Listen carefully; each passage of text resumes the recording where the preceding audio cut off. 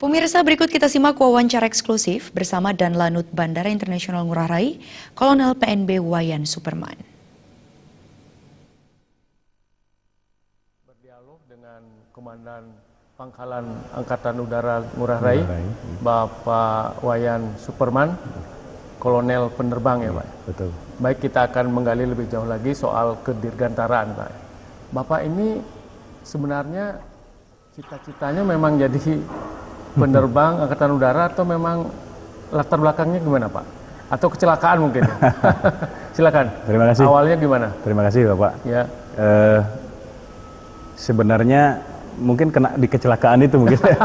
Sebab ini masalah yang agak penting Pak. Bagaimana kita sekarang membangun semangat kedirgantaraan, membangun semangat bela negara di kalangan generasi muda. Silakan. Kalau boleh dibilang kami itu mulainya dari SMA. Ya. SMA-nya di mana Pak? SMA 1 Singaraja Pak. Oke. SMA 1 Singaraja. Kemudian di akhir pendidikan itu biasa kita bingung. Ya. Mau kemana ini? Otak pas-pasan. Kemudian biaya juga Pas-pasan. Pas-pasan juga gitu ya, Pak, loh. ya? Oke. Akhirnya kita kebetulan ada teman yang dari sama-sama satu pramuka dulu. Ya. Kami juga aktif pramuka di SMA 1 Singaraja, memberikan koran Bali Pos Pak. Oke. Ini benar, ini saya apa istilahnya bukan karena di sini ya, tapi benar Bali Pos itu. Artinya Bali Pos itu berperan ya dalam karir Bapak ya? Jadi sebuah koplingan apa istilahnya simpul Oke. saya bisa duduk di sini sekarang gitu. Dari Bali Pos itu di halaman terakhir ada pendaftaran akabri Pak. Darat, laut, udara, dan polisi. Ya. Nah teman saya yang membawa nih, dia bilang saya memilih polisi, Oke. akademi kepolisian. Saya dari awal begitu melihat ada seorang penerbang Pak, melihat koran Bali Pos itu, melihat di kolom nomor 3-nya itu adalah promosinya Angkatan Udara. Oke. Itu saya udah langsung bilang, saya pilih Angkatan Udara. Kenapa Pak? Karena namanya Superman mungkin? Tidak, itu belum bisa apa istilahnya dihubung-hubungkan dengan nama waktu itu. Saya langsung jatuh cinta dengan apa istilahnya, langsung kena pandangan pertama tuh kena Angkatan Udara gitu. Karena seorang kapten, promosinya seorang kapten, beliau ini sekarang udah bintang 3 Pak. Oke. Itu kapten, berkaca pinggang, gagah, kayak kacamata gagah, kemudian ada pesawat di belakang. Saya langsung Angkatan Udara Pak. Oke. Dari situ, dari koran Bali Pos itu, saya pulang ke kampung, saya bawa, saya lipat di dompet Pak. Ya. Dulu SMA itu saya kos. Bawa kampung, saya laporkan, saya ngomong sama orang tua. Ya. Reaksi orang tua gimana Pak?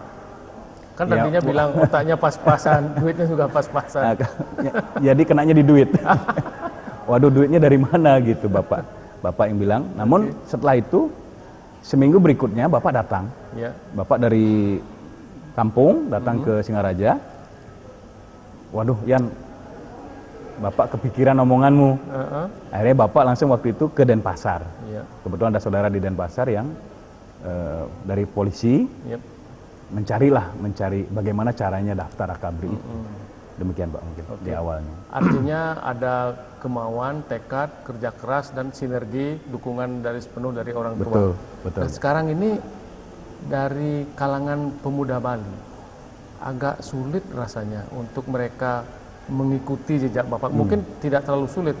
Ada pilihan-pilihan atau alternatif yang cukup menjanjikan atau lebih menjanjikan ketimbang mereka terjun di kalangan tentara, TNI. Pak, ya, TNI.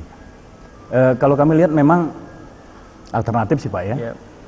Kita tidak bisa mengingkari bahwa zaman ini tidak lagi seperti zaman dulu.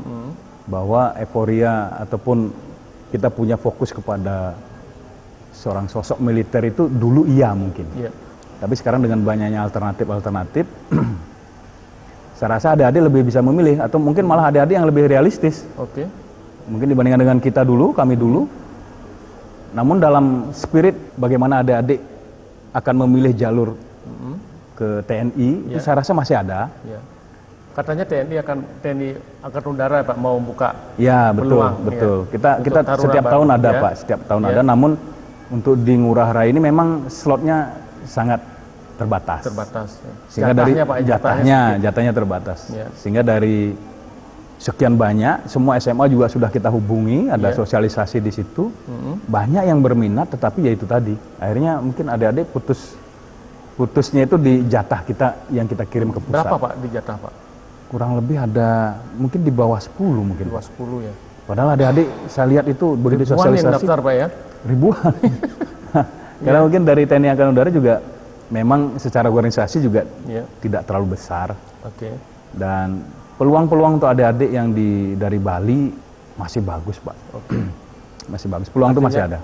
Artinya kan Angkatan Udara sebagai salah satu pintu masuk untuk melahirkan seorang sosok pemimpin masa depan, katakanlah seperti itu. Paling tidak anak muda Bali dididik, digembleng di sana kan, bisa melahirkan nanti tampil sebagai pemimpin-pemimpin baru yang cerdas, dengan nafas TNI yang kuat ya. Betul Pak. Memang kalau di Bali, saya rasa adik-adik juga mungkin banyak mempunyai alternatif Pak ya. Alternatif mungkin yang lebih realistis dari adik-adik.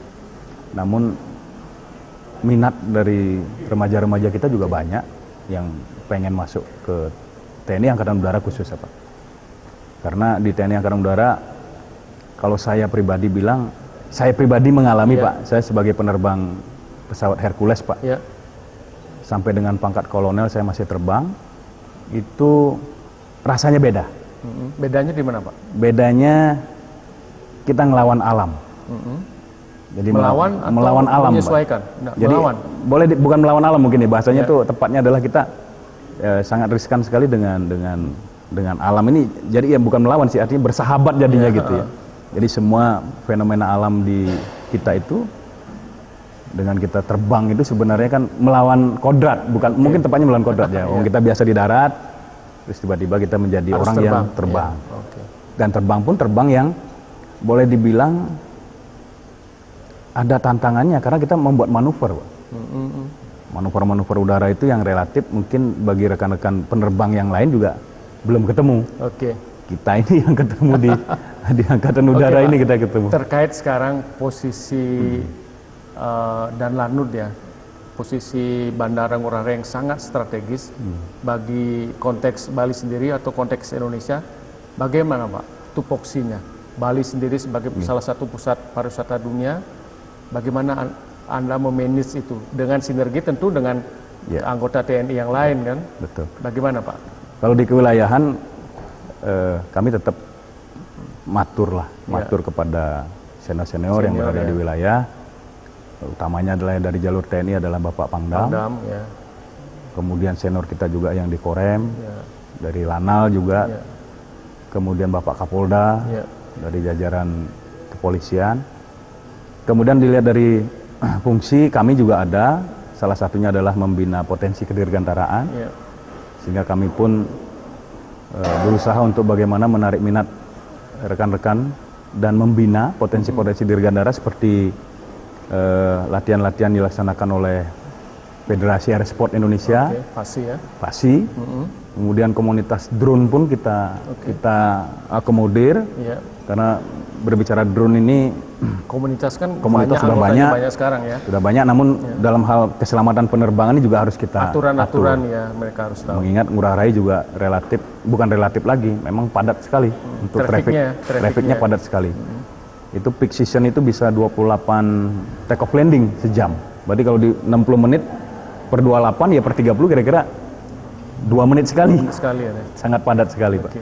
Dan kita cuma membangun komunikasi dengan teman-teman dari bandara, karena kami numpang Pak. Dengan PAP ya? Dengan bandara kita numpang di situ, artinya kita menumpang di sipil.